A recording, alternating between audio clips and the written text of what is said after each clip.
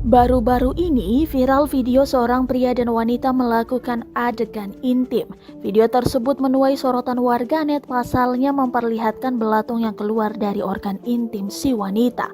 Tak hanya itu, hashtag belatung pun viral di media sosial Twitter dan menjadi trending topik.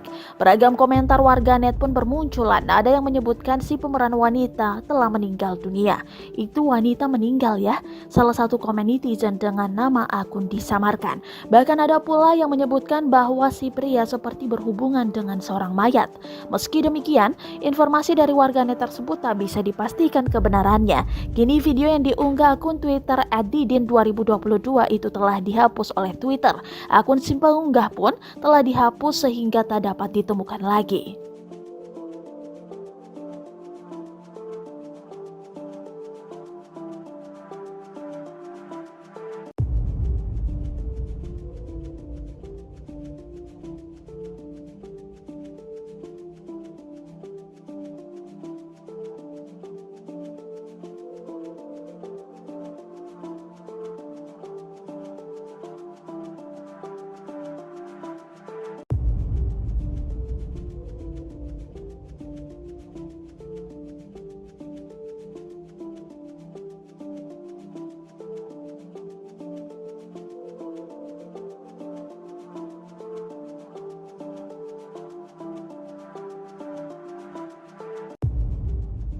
Terima kasih sudah nonton.